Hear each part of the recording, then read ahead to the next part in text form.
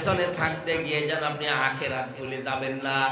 ইয়া আইয়ুহাল্লাযীনা আমানু লা তুলহিকুম আমওয়ালুকুম ওয়ালা আওলাদুকুম আন যিকিরিল্লাহ।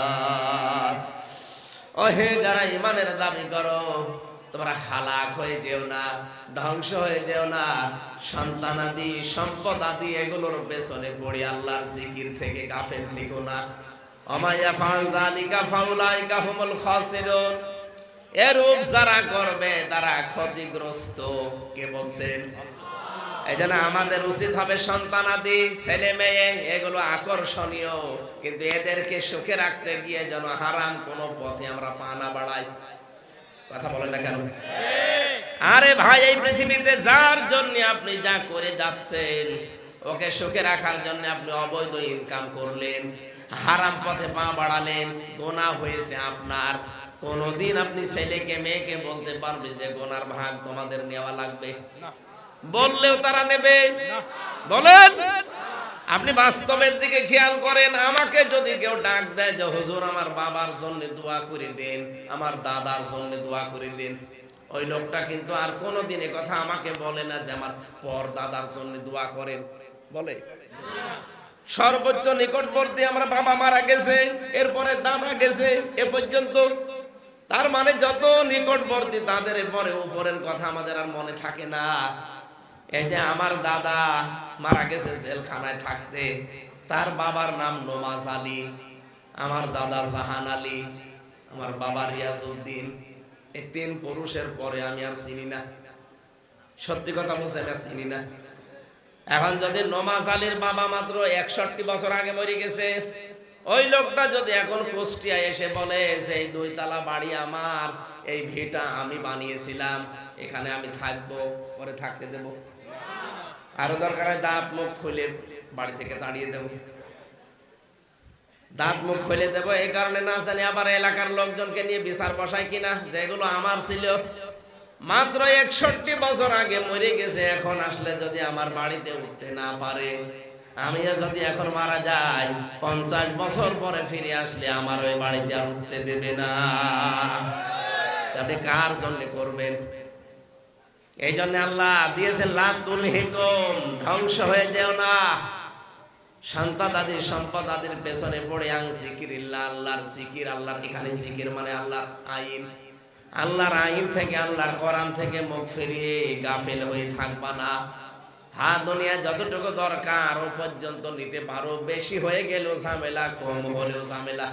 আমার যাই যে আমার হাতাটা এ পর্যন্ত ঠিক আছে না? এখন যদি আমি এ পর্যন্ত বানাই, দেখতেও খারাপ লাগবে, মানুষও বলবে ওর মাথার তার কাটা আছে। কথা বলছে না? আবার যদি এটা এ পর্যন্ত হয়, মানুষ আমার দিকে তাকিয়ে হাসবে যে পাগল নাকি। তাহলে যে পর্যন্ত দরকার আমি ঠিক সে পর্যন্ত দিয়েছি। দুনিয়া আমাদের দরকার, যতটুকু দরকার অতটুকু করেন। এই সালমান এফ রহমান 36,000 কোটি টাকা মারিং কাটিং করেছিল। কি বললে এত টাকা লাগবে আপনার? বলেন তো কেন এত টাকা আপনার লাগবে? আপনার কি 14 ঘন্টা ছেলে মেয়ে আছে? এত পয়সা এত টাকা কামাই করে কি করলেন আপনি? এখন তো আমার মতো ফলরে শুয়ে থাকা লাগে। এখন উনি জেলখানায় আছে, আমি কয়েকদিন আগে তো ওখানে ছিলাম। কারারক্ষী সেদিন গাজীপুর গিয়েছিলাম মাহফিলে। আমার বলছে যে কালামানিক যেটা আছে, কালামানিক নাম শোনেননি? বিচারপতি কালো মানিক। ও আরে সালমান এফ রহমান এই দরবেশ, এই দুইটাকে আমরা পাশাপাশি রেখে দিয়েছি। হুজুর আপনি যেখানে ছিলেন ওরা ওই জায়গায় আছে, ভালো করে রাখবেন শয়তানদের। আমাদের যেভাবে কড়াকড়ি করতেন ওদের ওইভাবে করবেন। 24 ঘন্টা দরকারে তালা লাগিয়ে রাখবেন, খাবার দেবেন না। শয়তানরা কি করে দেখেন, কারণ ওরা আমাদেরকে দেখে টিপ্পনি কাটতো আদালতে। আমার মাথায় দড়ি দিয়ে, যখন হাতে হ্যান্ডকাপ দিয়ে, তখন পায়ে ডান্ডা বেড়ি দিয়ে আদালতে তুলতো ওই শয়তানরা। সালমান এফ রহমানকে আমি নিজে দেখেছি, আমার দিকে তাকিয়ে চোখ টিপ দিত আর বলতো কেমন লাগছে। এখন আমি যা দেখি আপনাদের নিয়ে যায়, আমরাও বলি যে কেমন লাগে। মানুষের বিপদ আপদ দেখে, দুঃখ কষ্ট দেখে যদিও আনন্দ পাওয়া ঠিক না, ওরা যেহেতু আনন্দ পেয়েছিল এই জন্য আমারও আনন্দ লাগে। আমি মন থেকে আনন্দ করতে চাচ্ছি না। আপনাদের এই জেলার ওই মহিলা বলেছিল না, ফিটনেস বিহীন বিএনপি, লাইসেন্স বিহীন জামাত। আল্লাহ পুরা ওরে লাইসেন্স এবং ফিটনেস দুইটাই কেড়ে নিয়েছে। চেহারা দেখলেই মনে হয় কত চিন্তার ছাপ চেহারার ভেতরে, আর লাইসেন্স তো নেই। লাইসেন্স বাতিল করে দিয়েছে না। আমি যেটা বোঝাতে চাচ্ছিলাম এই জায়গায়, হ্যাঁ দুনিয়া আমাদের লাগবে, কিন্তু এত বেশি যেন তৈরি না করে সেটা আমার গজবের কারণ হয়ে যায়। এত বেশি একেবারেই না করা জানে আবার আল্লাহর নাফরমানি হয়ে যায় আমার। মানে একেবারেই দরকার নেই না এমন না, একেবারে বেশিও না করা, মাঝখানে থাকা লাগবে, তাহলে শুকরিয়া আদায় করতে পারবেন। সম্পদ বেশি হয়ে গেলে মানুষকে আল্লাহ তখন ছাড় দিয়ে দেয়। ওই লোকটা তখন দেখা যায় বাস্তবে এমন এমন গুনার কাজে আঞ্জাম দেয় যে টাকা পয়সা না থাকলে যেটা পারতো না। এই কথা বলে না, টাকা পয়সা হয়ে গেলে শেষে দেখা যাচ্ছে অনেকে হোটেলে রাত কাটায়। এরকম দেশে মানুষ নেই? টাকা না থাকলে তো হোটেলে রাত কাটাতে পারতো না। আবার একেবারেই কিছু নেই, শেষে আকাশের চাঁদ দেখলেই মনে করে রুটি। একটা কবিতা আছে না, আকাশের চাল জানো, চাঁদ জানো, ঝলসানো রুটি। গরিব মানুষের কাছে তখন ওইটাই তার খোদা হয়ে যায়। এই জন্য একেবারে থাকা লাগবে না। দুনিয়া যতটুকু দরকার আমরা প্রত্যেকেই যেন অতটুকু রাখতে পারি, কারণ এটা আকর্ষণীয়। এটা কি? সোনা রূপাকে যারা এক জায়গায় করে রাখে, যারা বাহন, এ বাহনের ভেতরে আমার যে গাড়িটা, এই গাড়ি থেকে শুরু করে পৃথিবীর প্রত্যেকটি বাহন, উড়ে জাহাজ পর্যন্ত এর ভেতরে অন্তর্ভুক্ত। এরপরে গবাদি পশু পাখি এবং শস্য ক্ষেত, জমি জায়গা। অনেকের ধান্দায় থাকে শুধু জমি কিনবো। এই এলাকায় নেই? খেয়ে থাকুক আর না খেয়ে থাকুক, ওর ধান্দায় শুধু জমি কিনবো। ওর ছেলে মেয়ে এত করে নিষেধ করে যে বাবা আর লাগবে না, আর কত, তারপর ওর ধান্দা ওইটা। আমি কি বেশি বললাম? আল্লাহ বলেন যালিকা মাতাউল হায়াতিদ দুনিয়া, এগুলো দুনিয়ার সম্পদ।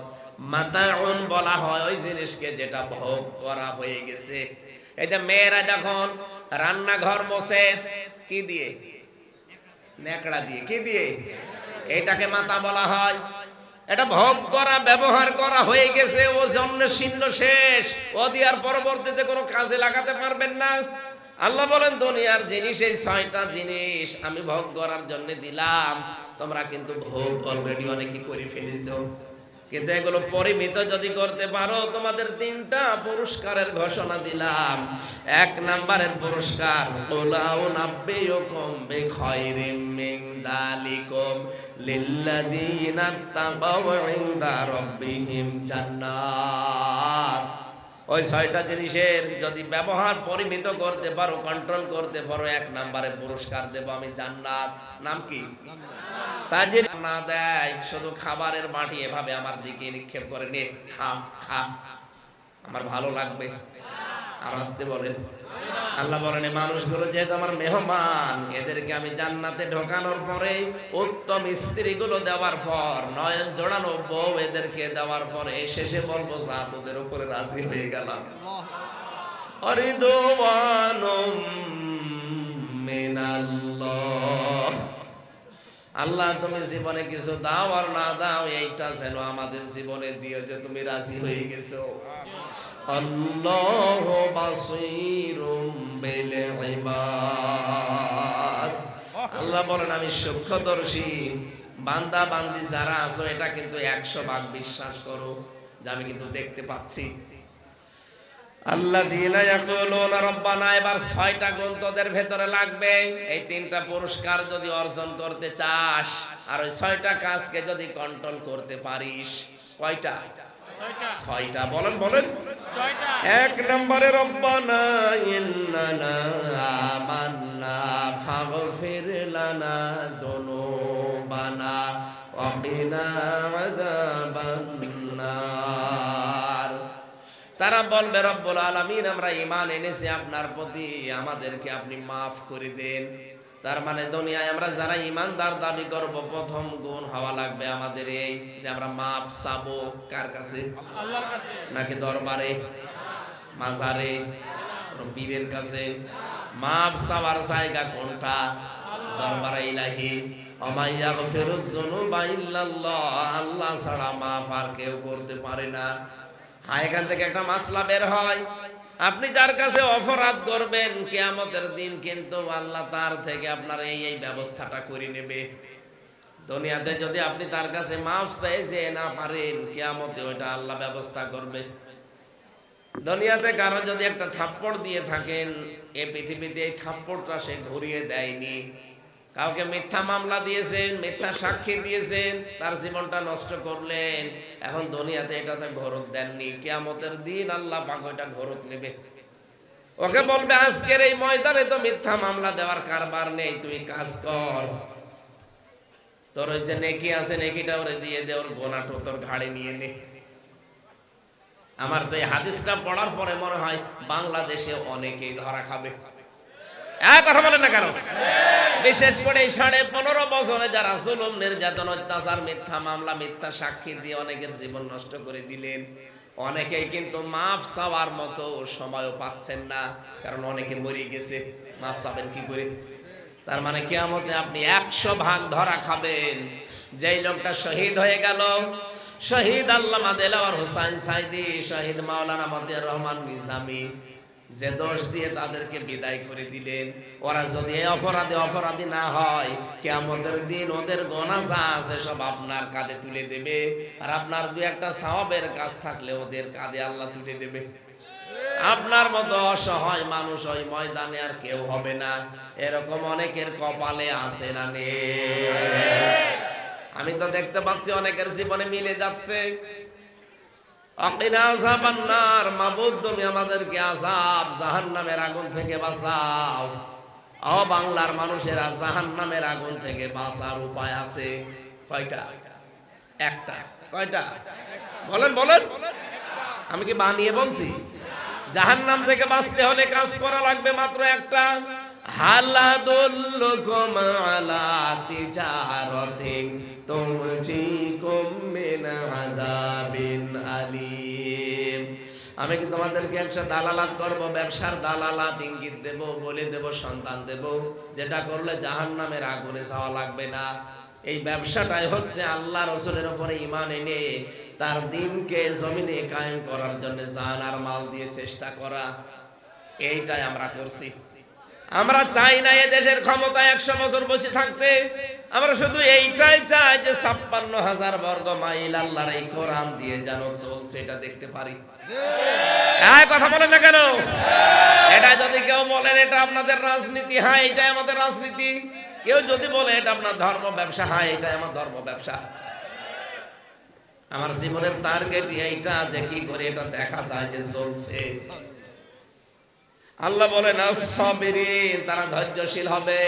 এজন্য এখন অনেকেই কিন্তু মাথা খারাপ করে যা বলছে, কথা বলা যাবে না, ধৈর্য ধারণ করা লাগবে। বিশেষ করে আজ অনেকের মাথা খারাপ হয়ে গেছে, ইসলামের দিকে মানুষ ঝুঁকছে এই দেখে। সবার না কিছু রাম আর বামের। বলেন ধৈর্য ধারণ করার সময় এখনই। ধৈর্য ধারণ করে ওভারকাম করা লাগবে কি করে? এরপরে দিয়েছেন সাদিকিন, সত্যের উপরে টিকে থাকা লাগবে, সত্যবাদী হওয়া লাগবে। আল কানিতিন, আল মুনফিকিন, আল মুস্তাগফিরিনা বিল আসহার, এই মানুষগুলো নম্র হবে, বিনয়ী হবে, তারা খরচ করবে এবং শেষ রাতে তারা আল্লাহর কাছে ধর্ণা দেবে। শেষ রাত এখন আরম্ভ হয়ে গেছে, রাত 1টা বাজে। রব্বুল আলামিনের কাছে জীবনের অপরাধগুলো নিয়ে ক্ষমা চাবেন আর বলবেন আল্লাহ আমার দুনিয়ার জীবনটা তুমি সঠিক করে দাও, বিশাল আখিরাত যেন আমি আল্লাহ তোমার এই হুকুম মানি এবং ভুলে না যাই। বলেন আমিন। আল্লাহুম্মা আমিন। লা ইলাহা ইল্লা আনতা সুবহানাকা ইন্নী কুনতু মিনাজ জালিমিন।